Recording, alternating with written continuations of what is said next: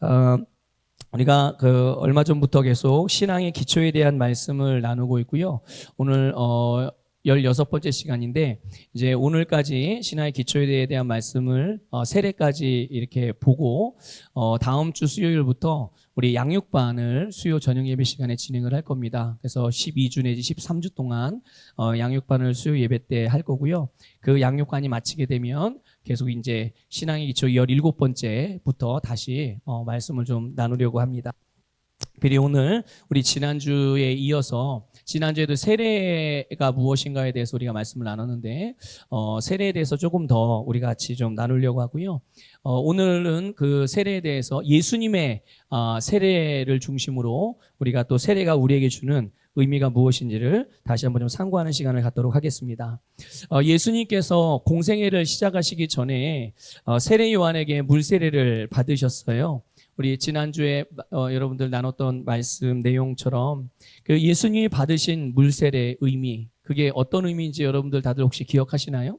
예수님께서 받으신 물세례의 의미, 오늘 본문 15절에 보면 그 의미가 남아있죠.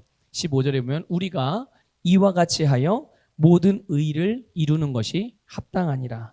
그러니까 모든 의를 이루는 세례가 바로 예수님이 받으신 세례였어요.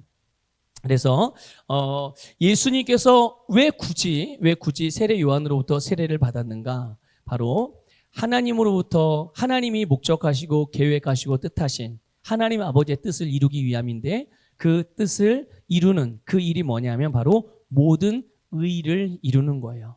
그러니까 예수님께서는 이 세례를 통하여 당신이 죄인이 아님에도 불구하고 세례 요한을 통해서 세례를 받음으로써 이제 예수님이 이루셔야 하는 모든 의를 이제 이루게 되는 그런 일이 일어나게 되는 것이죠.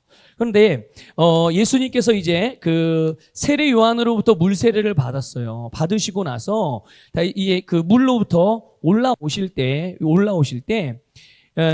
성령님이 예수님에게 비둘기같이 내려오십니다. 비둘기 같은 성령이 예수님에게 내려오시고 그리고 성령님만 내려오신 것이 아니라 하늘에서 음성이 들렸어요. 뭐라고 들렸죠? 이는 내 사랑하는 아들이요 내 기뻐하는 자라. 하나님의 음성이 들렸단 말이에요. 그 하나님의 아들이신 예수님이 이 세례 요한으로부터 세례를 받으셨다는 것은요, 두 가지 차원에서 굉장히 엄청난 사건이에요. 이게 뭐냐면 첫 번째 의미 있는 사건은 뭐냐면 여러분 예수님은 아담의 씨가 아니잖아요. 그렇죠? 예수님은 아담의 씨. 모든 사람은 아담의 씨로 태어나게 되거든요. 그런데 예수님은 아담의 씨로 태어나신 분이 아니에요. 바로 성령으로 잉태되어 나신 분이죠. 그러니까 모든 사람이 아담의 씨로 태어났다는 말은 모든 사람이 아담과 같은 죄인으로 태어난단 말이에요. 그런데 예수님은 아담의 씨가 아니라 여자로 말미암아 태어나게 된 거죠. 그냥 마리아를 통해서. 그러나 그 마리아가 예수님을 잉태할 수 있었던 것은 바로 성령님을 통해서 잉태하게 되신 거예요. 그래서 나신 분이에요. 그리고 예수님은 이제 세례를 받으시기 직전까지 오늘 본문에 나오듯이 세례를 받으시기 직전까진 당신이 하나님의 아들이신 것을 분명히 알고 있었지만 자기가 하나님의 아들이라는 사실을 예수님 스스로 내가 하나님의 아들이라 말한 적이 없어요. 예수님은 30년 동안 30세가 되실 때까지 오늘 본문에서 세례를 받으시기 전까지는 내가 하나님의 아들이다라고 말씀하신 적이 없어요. 마찬가지로 하나님의 아들이라 말씀하신 적도 없으실 뿐만 아니라 그래서 예수님께서는 어떠한 표적도 나타내지 않으셨어요. 30살까지는. 세례 요한으로부터 세례를 받기 전까지는 아무런 표적도 나타내지 않으셨습니다. 그런데 세례를 받으시고 나서 예수님이 하나님의 아들이심을 선포하시면서 많은 사람들 앞에 계시하신 거잖아요. 그렇죠? 많은 사람 앞에 계시해 주셨어요. 이제 그런데 놀라운 것은요, 이 사건이 있은 다음부터 예수님이 드디어 표적을 행하시기 시작하셔요. 본격적인 구원의 사역을 시작하시는 거죠. 그 첫 번째 표적이 뭔지 혹시 기억하시나요? 예수님이 이 땅에서 나타내신 첫 번째 이적이자 첫 번째 표적, 바로 가나의 혼인잔치에서 물을 포도주로 만든 사건이에요. 이 표적을 시작으로, 이 기적을 시작으로 해서 여러 가지 표적과 기사를 통해서 이 땅에 하나님의 영광을 나타내셨단 말이죠. 누가요? 예수님께서요. 세례 받으신 예수님께서. 그래서 그 표적을 통해서 하나님의 영광을 나타내시게 된 건데, 이것이 바로 예수님의 세례를 받으신 목적인 모든 의의를 이루는 사역의 시작이었단 말이에요. 그래서 그런 모든 여러 가지 기적과 이적과 표적과 여러 가지 구원의 사역을 통하여서 하나님의 영광을 드러내고 나타내면서 하나님의 의의를 다 이루셨던 것이죠. 여러분, 바로 세례는 이렇게 모든 믿는 자들이 하나님의 자녀로 거듭난다는 것을 인증하는 사건이에요. 세례는 모든 믿는 자들이 하나님의 자녀로 거듭났다는 것을 인증하는 사건이라는 것을 기억하시길 바랍니다. 예수님이 세례 받으시기 전에는 하나님의 아들이 아니셨나요? 그렇습니까? 예수님이 세례 받으시기 전에는 어떠한 기적도 행할 수 있는 능력이 하나도 없으셨던가요? 아니에요. 그게 아니었지만 예수님은 세례 받으시기 전에도 하나님의 아들이셨고, 예수님은 세례 받으시기 전에도 모든 기적을 행하실 수 있으셨지만 행하지 않으셨다는 말이죠. 그것이 무엇을 보여줍니까? 바로 오늘 예수 그리스도를 믿고 거듭난 자들의 삶이 무엇에서부터 시작되어지는지를 말씀해주고 있는 거예요. 여러분, 죄인은 죽게 되죠. 죄인이 죽고 장사되어서 이제는 옛사람은 죽는 거예요. 그게 세례의 첫 번째 단계입니다. 그래서 물에 잠기게 되는 거예요. 말씀드렸죠? 사실 세례라는 표현보다 침례라는 표현이 더 정확한 표현이라고. 세례는 죄를 씻는다는 의미예요. 그런데 성경에서의 원어의 그 세례로 번역된 원어는 이 밥티조라는 원어 헬라어인데요. 이 밥티조라는 헬라어는 씻는다는 의미가 아니에요. 잠근다는 의미죠. 그러니까 잠긴다는, 물속에 잠근다라는 의미예요. 그럴 때 쓰는 단어예요. 그러니까 완전히 물속에서 어떻게 되는 거예요? 죽는 거죠, 잠겨서. 그게 세례 속에 담긴 굉장히 상징적인 의미인 거예요. 그런데 잠기고 끝나는 것이 아니라 어떻게 됩니까? 잠시 머물렀다가 그리고 다시 밖으로 나오게 되죠.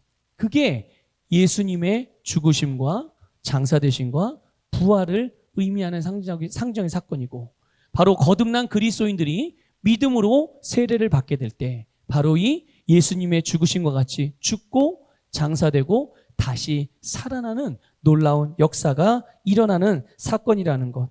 그래서 이제 예수 그리스도를 믿고 거듭나서 이 세례라는 예식을 통하여서 바로 하나님의 자녀이자 의인으로 거듭난 그런 의인의 삶, 부활의 능력의 삶, 예수님과 같은 삶을 살 수 있게 되었고, 그리고 지금부터, 언제부터요? 세례를 받은 지금부터 그런 삶이 시작되었다는 것을 선포하고 공포하고 내가 그렇게 결심했다는 것을 인증하는 사건이, 여러분 요즘 인증샷 많이 찍잖아요. 뭐 어디 식당 가도 인증샷, 커피숍 가도 내가 뭐 먹었는지 어디 갔는지 다, 그래서 막 SNS에 다 올리잖아요. 그런데 여러분, 바로 세례가 그런 인증하는 사건이에요. 내가 옛사람은 죽고 지금의 나는 새로운 사람인데, 새로운 나는 어떤 존재인 거예요? 성경에서 기록된 표현대로 하면, 여러분들이 알고 있는 표현대로 하면 의인이고, 또 새로운 피조물이고, 또 하나님의 자녀이고, 또 다예요. 그게 답니까? 예수님과 같이 기능하고 하나님과 같이 기능하고 이 땅에서 우리가 할 수 없는 일이 없는 존재로서 예수 그리스도를 믿는 믿음으로 모든 것을 다 할 수 있는 그런 다스리는 존재가 된 것이죠. 그게 바로 오늘 거듭난 그리스도인들의 영적인 정체성이라는 것을 믿으시기를 축복합니다. 그런 존재라는 것을 인증하고, 그래, 그럼 나는 지금부터 그런 삶을 살아가는 자구나, 이것을 시작하는, 이런 부활의 생명의 삶을 시작하는 그 사건이 바로 이 세례를 통해서 일어나는 사건이라는 것을 믿으시길 바라요. 그러니까 예수님이 이 세례 요한으로부터 세례를 받은 사건은 보통 일이 아닌 거죠. 우리의 그거를 보여준 거예요. 우리의 그거를. 그러니까 우리는 예수님이 이게 세례를 받으셨는데, 세례를 받으셨다가 물에서 나오니까 세상에 성령이 비둘기같이 임하고, 와, 하늘에서 하나님의 음성이 들려. 야, 대단, 역시 예수님인가 보다. 그런데 그게 사실은 예수님을 통해서 누구에게 일어난 일인 거예요? 바로 오늘 예수 그리스도를 믿고 거듭난 우리들에게도 동일하게 일어난, 이게 이제 바로 예수님께서 세례를 받으신 사건이 너무나도 정말 엄청난 사건이라는 두 번째 모습이에요. 두 번째 특징. 바로 그게 뭐냐 하면 바로 동일시예요. 한번 해봅시다. 동일시. 예, 이게 예수님께 세례를 받으신 두 번째 의미인 거예요. 동일시. 세례 요한의 물세례는, 세례 요한이 주는 세례는 회개의 세례라고 그랬어요. 그렇죠? 회개의 세례요. 죄사함의 세례. 그러니까 이 세례는 누가 받는 거예요? 죄인들만 받는 거예요. 죄가 없는 사람이 있다면 이 요한의 세례를 받을 이유가 없죠. 그런데 예수님께서 이 죄가 없으신 예수님이 죄사함의 세례를 받으신 거예요. 이것이 여러분 무엇을 의미할까요? 그것은 바로 의로우신 죄 없으신 예수님이 죄인과 자신을 동일시했다는 의미예요. 그리고 죄 없으신 예수님이 죄인을 대신하는 자가 되셨다는 의미라는 것을 여러분들 반드시 기억하시기를 바랍니다. 예수님이 왜 굳이 죄가 없으신데 죄사함의 세례를 받았는가? 바로 예수님이 죄인인 나와 동일시하셨고 나를 대신하는 죄가 되셨다는 것을 여러분들 깨달으시길 바라요. 그래서 빌립보서 2장 6절부터 8절은 이 부분을 이렇게 말씀하고 있어요. 같이 읽어보겠습니다. 빌립보서 2장 6절부터 8절입니다. 시작. 그는 근본 하나님의 본체시나 하나님과 동등됨을 취할 것으로 여기지 아니하시고 오히려 자기를 비워 종의 형체를 가지사 사람들과 같이 되셨고 사람의 모양으로 나타나사 자기를 낮추시고 죽기까지 복종하셨으니 곧 십자가에서 죽으심이라. 아멘. 여러분, 예수님은 하나님의 본체세요. 믿습니까? 예. 예수님은 하나님의 본체예요. 그러나 예수님은 스스로 자신을 비우셔서 죄의 종인 사람과 같이 되신 거예요. 죄의 종인 사람과 같이 되셔서. 그래서 자신을 죄인과 동일시하심으로 스스로 죄가 되셨다는 것을 우리는 기억해야 해요. 그래서 모든 죄인의 죄를 가지시고 당신 스스로가 죄가 되셔서 십자가에서 죽으신 거예요. 여러분, 그러면 예수님이 우리를 대신하는 죄인이었던 나와 동일시하셔서 십자가에서 죽으신 이 사건의 결과가 무엇입니까? 이 사건의 결과로 일어난 일이 어떤 일입니까?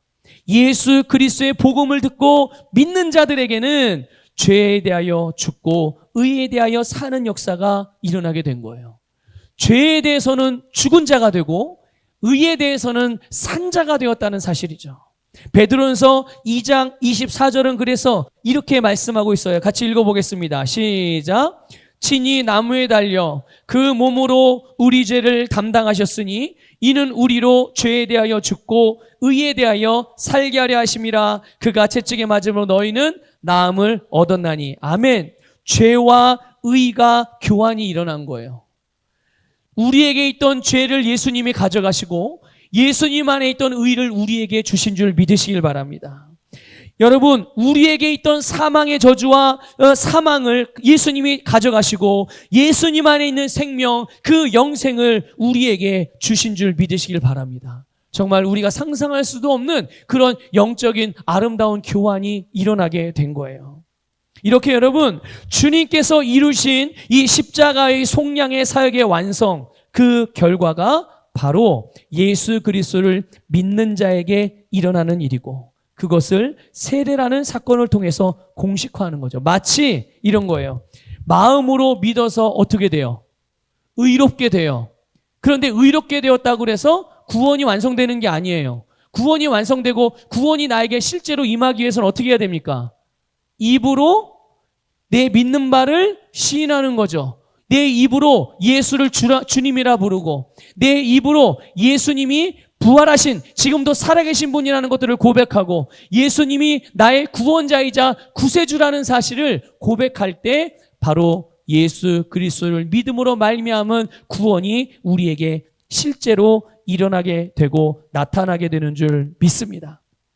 이렇게 예수님께서 세례를 받으신 사건은 우리가 정말 상상할 수도 없는 그런 축복의 결과를 우리에게 가져온 것이죠.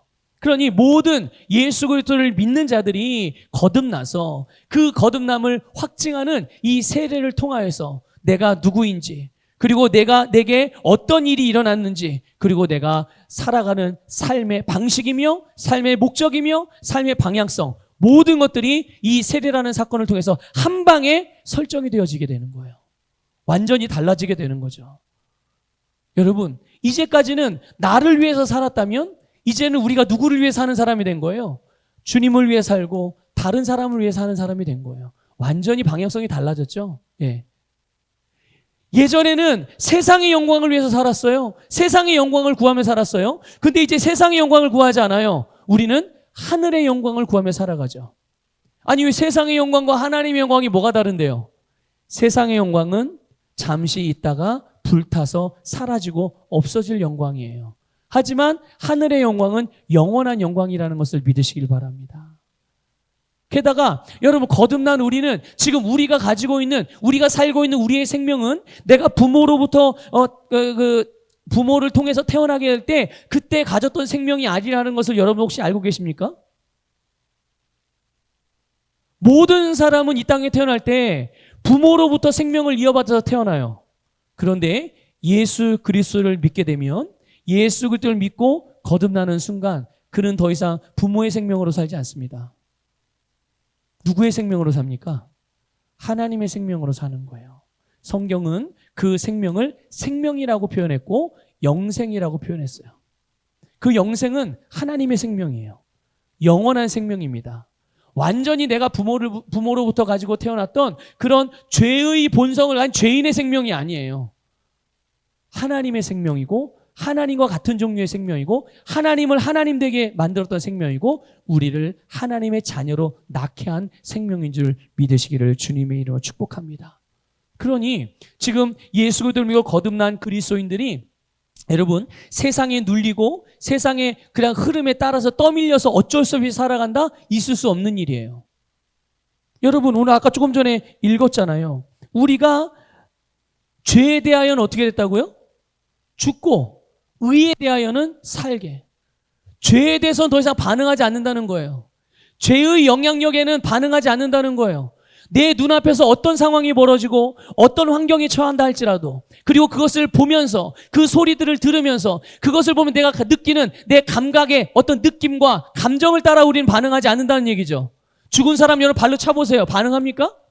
죽은 사람, 물론 내 사랑하는 가족이 죽음에 이르렀을 때 슬프고 마음이 아프고 괴롭지만, 그러나 분명한 건 뭡니까? 그 죽은 자는 옆에서 아무리 이야기하고 옆에서 아무리 만지고 옆에서 아무리 흔들고 치고 때려도 여러분 그것은 절대로 반응할 수 없어요. 왜요? 죽었으니까. 여러분, 죄에 대하여 죽었다라는 말은 죄와 관련된 모든 것들에 죽었다는 얘기예요. 우리는 거기에 반응하는 자가 아니라는 것이죠. 반대로 우리는 무엇에 반응합니까? 네, 의에 반응하게 되는 거예요. 하나님의 말씀에 반응하게 되는 거죠. 여러분, 누군가 나에게 막 욕을 하고 삿대질을 하고 막 비난을 해요. 그러면 우리는 보통 어떻게 반응합니까?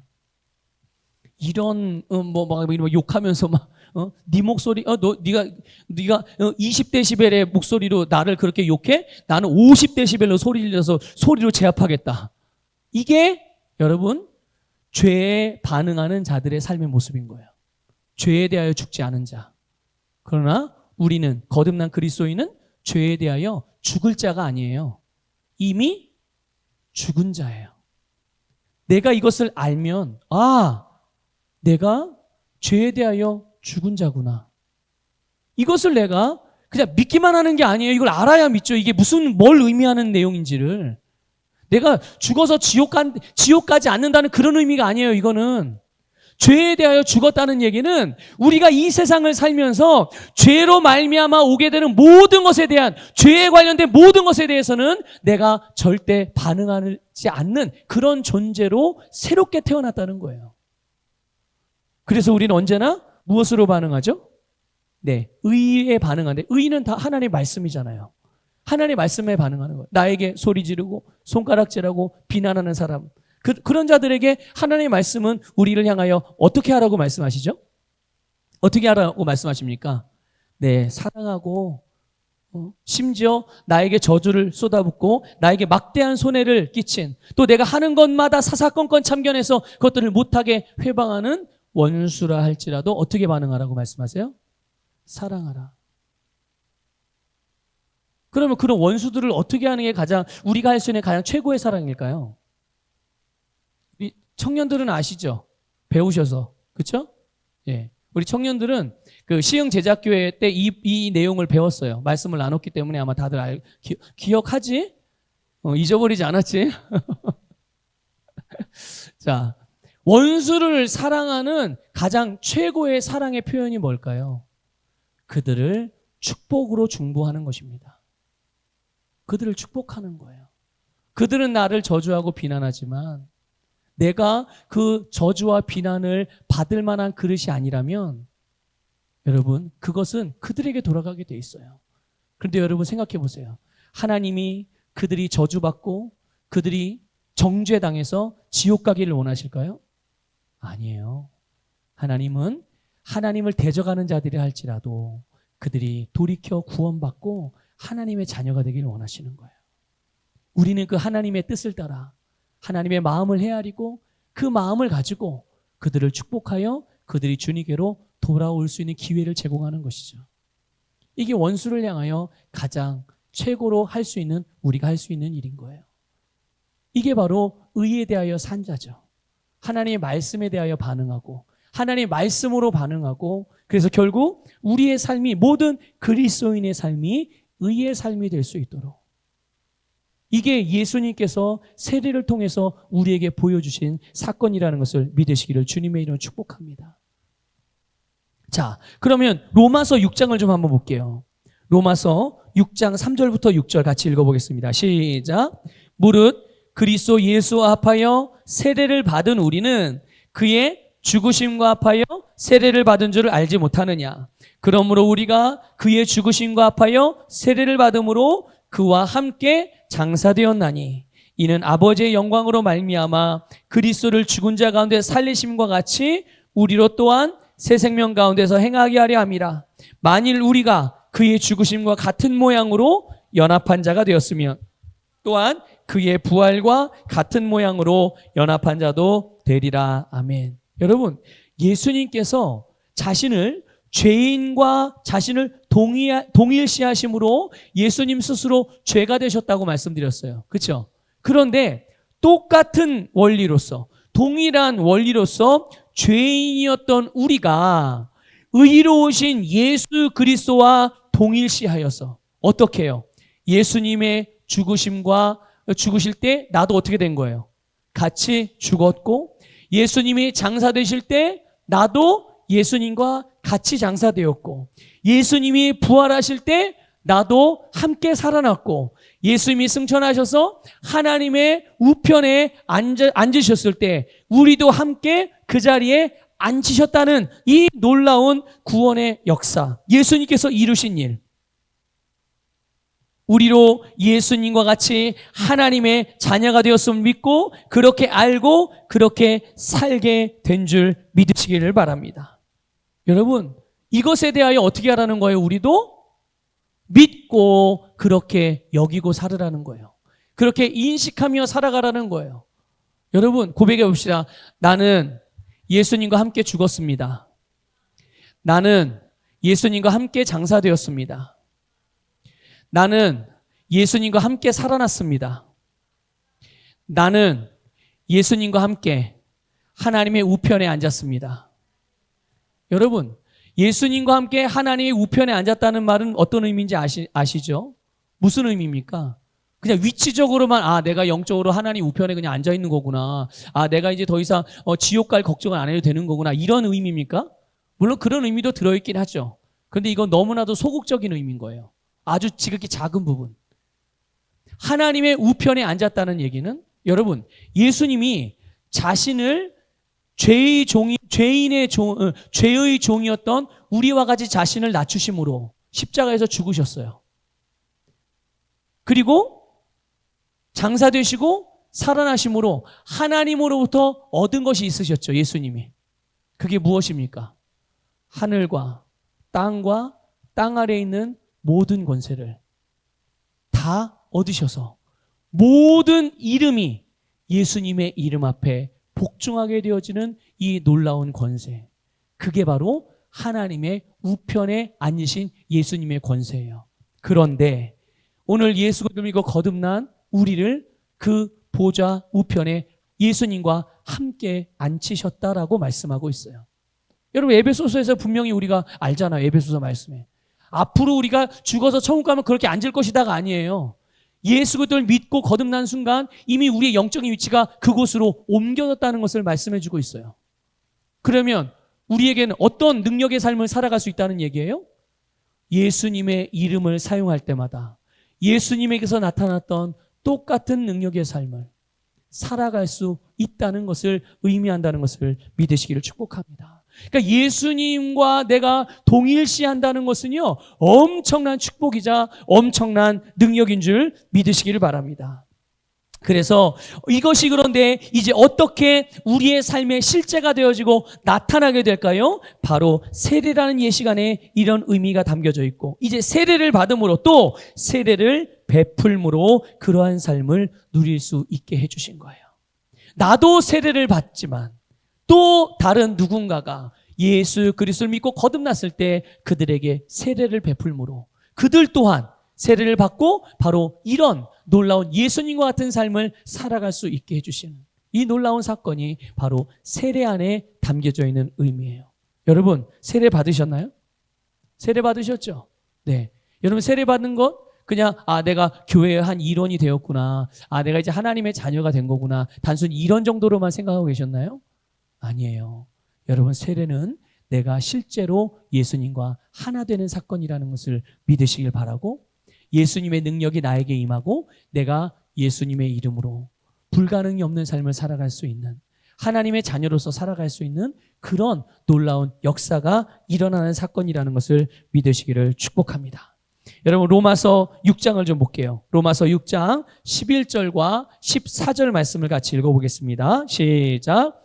이와 같이 너희도 너희 자신을 죄에 대하여는 죽은 자요 그리스도 예수 안에서 하나님께 대하여 살아있는 자로 여길지어다. 죄가 너희를 주장하지 못하리니 이는 너희가 법 아래 있지 아니하고 은혜 아래 있음이라. 아멘. 여기 보면 11절에 보면 12절 끝부분에 보면 어떻게 하라고 그랬어요? 여길지어다. 여길지어다. 어떻게 여기라는 거예요? 죄에 대하여는 죽고 의에 대하여 하나님에 대하여는 살아있는 자로 여기라. 그렇게 알아라. 그렇게 인식해라. 그렇게 믿고 살아라는 거예요. 왜? 우리가 그러한 자가 되었으니까요. 정말로 그런 자가 되었어요. 예수 그리스도 안에서 우리가 그런 자가 되었으니까. 이제 더 이상 너희들은 죄가 주장할 수 없어. 이거를 말씀해주고 있는 거예요. 세례를 통하여 우리는 이 죄에 대하여 죽었기에 죄와 죄에 속한 모든 것들에 나를 내어주지 않고 오직 의가 되시는 예수 그리스도의 말씀을 따라 사는 자가 된 줄 믿습니다. 그러므로 여러분, 거듭난 그리스도, 우리를 포함해서 오늘 예배드리는 우리를 포함해서 모든 그리스도인들은 항상 언제든지 예수 그리스도와 동일시하는 믿음으로 살아가야 해요. 여러분, 이 삶을 절대로 놓치지 마십시오. 내가 동일시하기만 하면 예수님과 같은 삶을 살 수 있는데 왜 자꾸만 예수님과 같은 삶을 살지 못하고 자꾸만 예수님처럼 살게 해달라고 그렇게 기도하시냐고요. 이미 하나님께서 우리에게 예수님을 통해서 그런 삶을 살도록 다 모든 것들을 만들어 주셨고 모든 것들을 다 이루셨는데 중요한 건 무엇입니까? 우리의 믿음인 거예요. 내가 주님의 말씀을 얼마나 믿을 수 있는지, 하나님께서 예수님을 통하여 나의 구원과 나의 승리와 정말 하나님의 자녀인 내가 이 땅에서 승리하고 가장 복된 삶을 살아갈 수 있게 필요한 모든 일들을 예수님을 통해 다 이루어 놓으셨는데 그 하나님이 예수님을 통해 나를 위해 이루어 놓으신 그 일들을 얼만큼 믿을 수 있는지, 여러분 다 믿음에 달려 있는 거예요. 하나님은 예수님을 통해 우리의 구원을 위해 필요한 모든 일을 다 이루셨습니다. 그것이 예수님께서 십자가에 달려 돌아가시면서 선포하신 마지막 선포였어요. 다 이루었다. 다 이루신 일을 또 이루어달라고 기도하는 것은 말이 안 되는 얘기잖아요. 그렇죠? 예수님 다시 오셔서 십자가에 다시 못 박히셔야 되나요? 아니에요. 이제는 주님은 더 이상 하실 일이 없는 거예요. 단 우리에게 말씀하셨죠. 주 예수를 믿으라. 주 예수를 믿으라. 예수 그리스도를 믿는 것, 그 믿음으로 말미암아 거듭나서 거듭난 자들의 삶이 어떠한 삶인가를 하나님의 말씀을 통하여 성령의 인도를 따라 배우고 그렇게 행하게 될 때 우리는 예수님과 같은 삶을 살아갈 수 있게 되는 줄 믿습니다. 예수님과 합하여 세례를 받은 우리, 여러분 이것은 예수 그리스도를 믿는 믿음으로 우리가 세례를 받은 거잖아요. 그러한 우리가 예수님의 죽으심과 함께 죽고 주님과 함께 장사되고 예수 그리스도와 함께 거듭나서 우리가 예수님과 함께 하나님의 우편에 앉혀졌을 뿐만 아니라 이제 이 땅에서 어디에서요? 이걸 분명히 아셔야 돼요. 여러분이 살고 있는 이 세상에서 여러분이 위치하고 있는 여러분의 가정과 여러분의 일터와 여러분의 관계 속에서 여러분의 예수님의 지체로서 여러분이 붙어 있는 여러분의 교회 공동체 안에서 바로 새 생명 가운데 행하는 자가 될 수 있다는 사실, 그런 자로 변화되었다는 것을 믿으시길 바랍니다. 그러니까 자꾸만 이전의 삶으로 돌아가려고 하지 마세요. 이미 끝났다니까요. 네. 여러분 자꾸만 죄의 습관이 자꾸만 내 삶에서 막 스물스물 올라옵니까? 여러분 예수 이름으로 거절하세요. 여러분의 몸은 의의 병기이지 불의의 병기가 아니에요. 더 이상. 죄에 대하여 죽었잖아요. 자꾸 죄의 유혹에 대하여 반응하지 마시고요. 속지 마세요. 여러분이 누구인지를 분명히 아셔야 해요. 여러분 거듭난 그리스도인들을 성경은 죄인이라고 부른 적이 없어요. 이걸 분명히 아셔야 합니다. 성경에 나오는 모든 죄인은 어떤 자입니까? 거듭나지 않은 자들이에요. 거듭난 그리스도인들을 향하여 죄인이라고 말하지 않습니다. 거듭난 그리스도인들을 향하여 새로운 피조물이라고 말하고 하나님의 자녀라고 말하고 하나님의 백성이라고 말하고 새로운 피조물이라고 말하고, 네? 믿습니까 여러분? 의인이라고 말해요. 그러니까 여러분 하나님의 말씀과 우리가 동일하게 내가 말하고 하나님이 나를 인식하고 바라보시는 대로 나도 나를 그렇게 바라봐야 되지 않겠어요? 하나님이 세상을 보는 방식으로 우리도 세상을 그렇게 보는 것이 마땅한 그리스도인의 삶의 모습이고 방향성이고 우리의 태도이죠. 우리가 누구라고요? 예, 하나님의 자녀예요. 그리스도인이에요. 우리가 예수 그리스도를 믿음으로 세례를 받았다는 사실은, 침례를 받았다는 사실은 예수 그리스도와 하나가 되었다는 사실이에요. 사도 바울은 그래서 그리스도인들에 대하여 이렇게 말합니다. 너희 안에 계신 그리스도다. 너희 안에 계신 그리스도. 우리 안에 누가 계시다고요? 네, 그리스도가 계세요. 저 멀리 계신 분이 아니세요. 내가 교회에 와도 예수님은 내 안에 계시고요. 내가 집에 가도 예수님은 내 안에 계시고요. 내가 회사에 가도 예수님은 내 안에 계세요. 지난주에도 잠깐 말씀드렸잖아요. 내가 화장실 가도, 여기서 말씀드린 게 아닌가? 지난주 제가 금요일마다 강의하러 가는 데가 있는데 거기에서 드렸던 말씀이었던 것 같아요.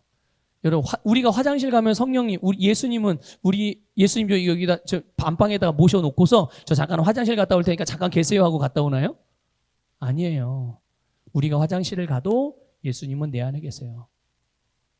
근데 만약에 우리가 술집을 가면 예수님은 어디 계실까요? 내가 술집 가면 예수님도 술집에 오십니다. 여러분, 예수님을 술집으로 모시는 일은 없어셔야 돼요. 예수님을 술집으로 모셔야 되겠습니까? 그 말은 내가 예수님과 더불어 갈 수 있는 곳만 가라는 얘기예요. 내가 예수님과 더불어 할 수 있는 일을 하는 것이 나의 삶의 모습인 거예요. 내가 예수의 이름으로 할 수 있는 말이 내가 해야 되는 말인 거예요. 여러분, 우리의 머리부터 발끝까지 우리의 모든 것이 예수님과 더불어 주님과 하나 되어 있다는 것을 믿으시고 그 안에서 기능하시기를 주님의 이름으로 축복합니다.